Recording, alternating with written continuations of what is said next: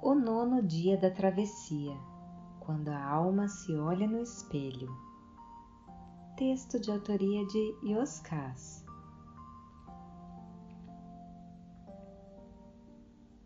Entardecia no nono dia da travessia.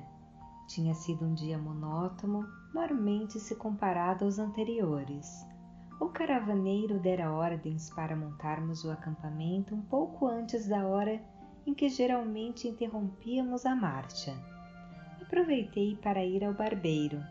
Pode parecer estranho, mas a caravana tinha um barbeiro. Um dos encarregados levava em sua bagagem uma pequena pia e um espelho, além dos apetrechos típicos para a barbearia, como navalhas, tesouras, óleos e cremes. Eu uso barba há muitos anos e tenho o costume de apará-la uma vez por semana. Como não cuidava da barba desde alguns dias antes da partida, somado às condições difíceis impostas pelo deserto, me senti abandonado por mim mesmo quando me olhei no pequeno espelho. O barbeiro era um homem simpático e falante. Como era veterano de muitas travessias, o seu ofício ficava enfeitado pelas muitas histórias que contava na medida que aparava barbas e cortava cabelos. Quando me sentei na cadeira e comentei que tomara um susto ao me ver no espelho devido aos maus tratos que o deserto me impunha, ele me corrigiu para dizer que o deserto era rigoroso, porém cada um definia os cuidados que tinha consigo mesmo. Em seguida, narrou uma engraçada história que ele afirmava verdadeira, acontecida há muitas travessias atrás, de um homem que teve um sério surto ao se olhar no espelho. Ele jurou que a imagem refletida não correspondia à sua pessoa. Atribuiu o ocorrido ao desleixo desse homem consigo mesmo, somado a algum tipo de problema psicótico agravado pelas difíceis condições da travessia. O barbeiro deu de ombros e falou que o deserto sempre mudava a vida das pessoas que o atravessavam. Acrescentou que já havia visto muitas coisas estranhas durante as travessias e tinha desistido de entendê-las. Serviço encerrado, paguei o preço cobrado e me dei por satisfeito. Como o jantar estava servido, fui comer e esqueci da história contada pelo barbeiro. Tive a atenção desviada para um rico mercador de tapetes, a quem eu já tinha notado nos dias anteriores, que viajava acompanhado por um séquito de empregados sempre à disposição para suas menores vontades. A sua tenda era luxuosa, forrada por finos tapetes e almofadas de seda. De longe, ele reparou que eu observava toda a movimentação à sua volta e fez um sinal para eu me aproximar. Hesitei e ele enviou um dos empregados para me convidar à sua tenda. Quando entrei de perto, tudo me pareceu ainda mais luxuoso. Talheres de prata, copos de cristal e um músico que entoava uma doce melodia em um instrumento de corda que eu nunca tinha visto. Foi impossível não me impressionar. Ele disse para eu me sentir à vontade e me servir do que quisesse. Logo contou sobre os seus negócios e falou do palácio no qual morava em Marrakech. Em seguida, um de seus empregados entrou com todos os apetrechos para aparar a barba do mercador. O mercador disse para continuarmos a conversa enquanto o serviço era feito. Tudo transcorria bem, até que perguntei se o caravaneiro costumava frequentar aquela tenda. As suas feições se fecharam. O tom de voz ficou visivelmente alterado quando ele disse que o caravaneiro nunca entrara ali. O clima piorou quando, após a barba feita, cortada rente à pele por uma afiada navalha e o rosto banhado em óleo, elogiei o resultado. Sugeri que ele mesmo constatasse diante de um espelho. De modo grosseiro, bem diferente do afável anfitrião de pouco antes, o mercador disse que nunca se olhava no espelho durante as travessias no deserto. Em seguida, avisou que estava na hora de ele dormir. Sem entender a mudança repentina de humor, fui conduzido por um dos empregados para fora da tenda. Atônito, fui para um lugar afastado para tentar entender o que tinha acontecido quando vi o caravaneiro cuidando de seu falcão após o período vespertino de adestramento. Aproximei-me e fiz algumas perguntas sobre a ave, menos por curiosidade e mais por necessidade de conversar. Não demorou, contei sobre o que tinha acontecido há pouco na tenda. O caravaneiro me ouviu com paciência e ao final não traçou qualquer comentário. Perguntei por qual motivo ele nunca tinha entrado na tenda do rico mercador. A resposta foi simples: nunca fui convidado. Embora tenha me pego de surpresa, não tive dúvida da sinceridade do caravaneiro. Ele arqueou os lábios em leve sorriso. Havia compaixão e nenhum ressentimento. O caravaneiro pediu licença para ir jantar, pois logo a comida seria recolhida. Sozinho, me sentei na areia e fiquei tentando entender os estranhos fatos enquanto observava as primeiras estrelas surgirem no céu. Foi quando a bela mulher com os olhos da cor de lápis lazuli se sentou ao meu lado. Ofereceu-me um punhado de nozes. Ficamos sem dizer palavra por algum tempo, até que resolvi lhe contar sobre o acontecido na tenda do rico mercador e a posterior conversa com o caravaneiro. Então, aconteceu a maior das surpresas quando ela segredou: eles são irmãos. Acho que, em razão das minhas feições não terem escondido a enorme surpresa que senti, ela decidiu me contar um pouco mais. Eles ficaram órfãos ainda garotos, cresceram cuidando um do outro, iniciaram no comércio de tapetes ainda adolescentes quando uma senhora, que estava de mudança, lhes deu todos os tapetes da sua casa, pois não os podia levar. Venderam tudo.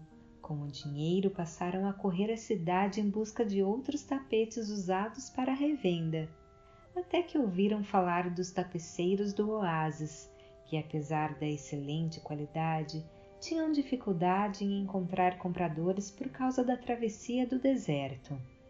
Com a intrepidez típica da juventude, começaram a viajar para negociar com esses maravilhosos tecelões. Naquela época ninguém se aventurava a isso. Na medida que enriqueciam, as viagens aumentavam e o negócio se consolidava. Ocorre que o caravaneiro começou a se encantar mais pelos mistérios do deserto do que pelos lucros do comércio. Aos poucos, sem se dar conta, a travessia não era apenas uma parte do seu ofício, mas virou uma arte. Apesar disto, tudo parecia ir bem até o dia que, durante uma das travessias, ao terminar de aparar a barba do caravaneiro, até então mercador de tapetes, o barbeiro o colocou diante do pequeno espelho para avaliar o serviço realizado. Dizem que ele não reconheceu a imagem que o refletia. Ali foi o momento da virada na existência do caravaneiro. Abdicou do negócio de tapetes, deixando tudo para o irmão. Com o dinheiro que juntou durante aquele período, decidiu montar a própria caravana. Claro que no início não foi fácil, mas o amor pelo seu sonho e o aperfeiçoamento do seu dom o fortaleceram para superar as dificuldades e prosseguir.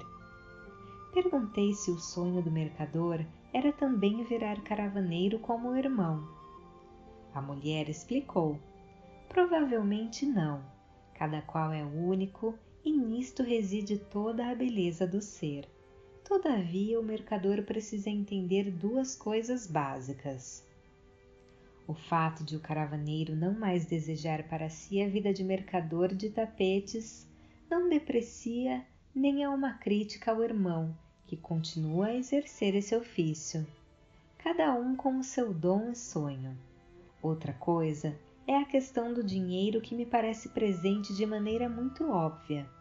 O dinheiro é uma ferramenta útil e bem-vinda, mas atravessar um deserto apenas para ganhar e acumular fortuna como forma de poder e dominação, orgulho e vaidade, causará em algum momento um inevitável vazio impossível de preencher com moedas. Um dia você acaba por não reconhecer o seu rosto no espelho por se tornar estranho a si mesmo. Uns decidem enfrentar a batalha pessoal, outros escolhem fugir.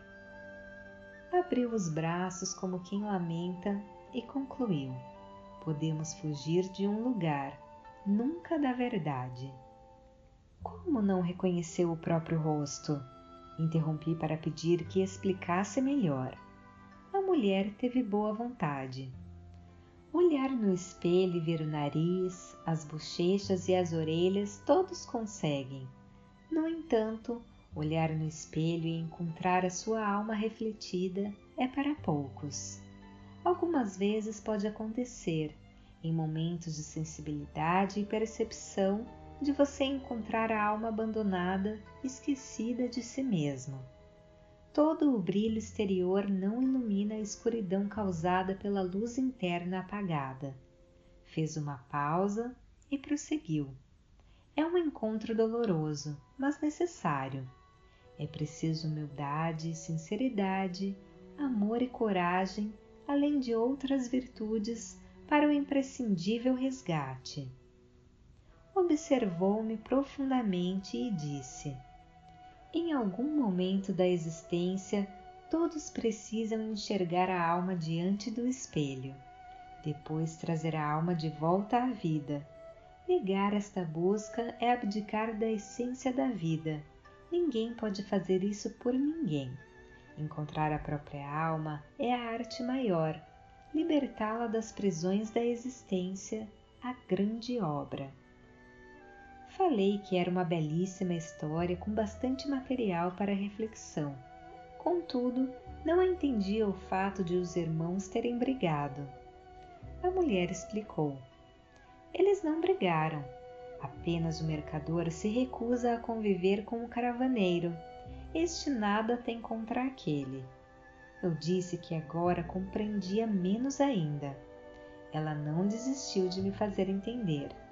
É porque eles são muito parecidos. Sacudi a cabeça como quem diz que não fazia sentido. A bela mulher foi pedagógica. Negamos a beleza do que não conseguimos aceitar. Fugimos da verdade quando ela nos incomoda. Estar ao lado de alguém que, mesmo sem dizer palavra, nos mostra toda uma vida que poderia ter sido, mas não foi, entristece. Então, nos refugiamos na sensação de segurança e poder com as ilusões que o entreposto das sombras, sempre nas margens da vida, seduz o ego. Deu de ombros e comentou: nem todos estão prontos para iniciar a travessia através do deserto de si mesmo para chegar ao oásis da alma. Interrompi para dizer que algo não fazia sentido. Se a opção de vida do caravaneiro era tão dolorosa para o mercador, por qual motivo ele teimava em fazer a travessia com a caravana do irmão? Ele poderia ingressar em outra caravana.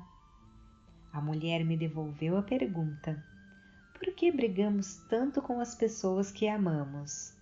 Por que insistimos em procurar por pessoas que opõem sérios obstáculos em nossa existência? Já se deu conta disso? Fez uma pausa e, como eu nada falei, ela prosseguiu. Pelo simples fato de admirarmos essas pessoas, ainda que apenas no inconsciente, sabemos que, no fundo, estas são as pessoas que podem nos ensinar e fortalecer. Existe nelas uma luz que nos chama, que nos indica as dificuldades a serem vencidas. Nelas ecoa a voz quase inaudível da nossa alma, incansável em mostrar uma porta de saída para o ego desorientado e fragmentado por diversas dores. É a chance de escapar de um lugar escuro onde não se percebe a ausência de luz por causa de inúmeros enfeites brilhosos pendurados ao redor do tempo para nos distrair. Como a claridade costuma arrancar a máscara de quem já está escondido na escuridão, reclamamos, depreciamos, maldizemos. No entanto, nada revela mais quem somos do que os nossos sofrimentos. Interrompi mais uma vez para questionar se os sofrimentos são indispensáveis à evolução. A mulher tornou a sacudir a cabeça. Claro que não. Os sofrimentos não são necessários. Pelo contrário, é justamente isto que o deserto nos ensina. Sofremos apenas quando nos movimentamos em sentido contrário à luz. Olhou-me nos olhos e pareceu ler os meus pensamentos. Sim, por mais absurdo que possa parecer, sofremos tão somente em razão de nossas escolhas. O deserto é apenas o deserto. A direção para onde se move e o jeito de pisar na areia definem as dunas e as dificuldades da travessia. Contudo, é nesse ponto que os sofrimentos se mostram importantes. Eles formam o mapa do resgate, a trilha da transformação. São as pegadas de superação que contam a história de todos nós, narram a busca da vida, da luz, da alma, de si mesmo.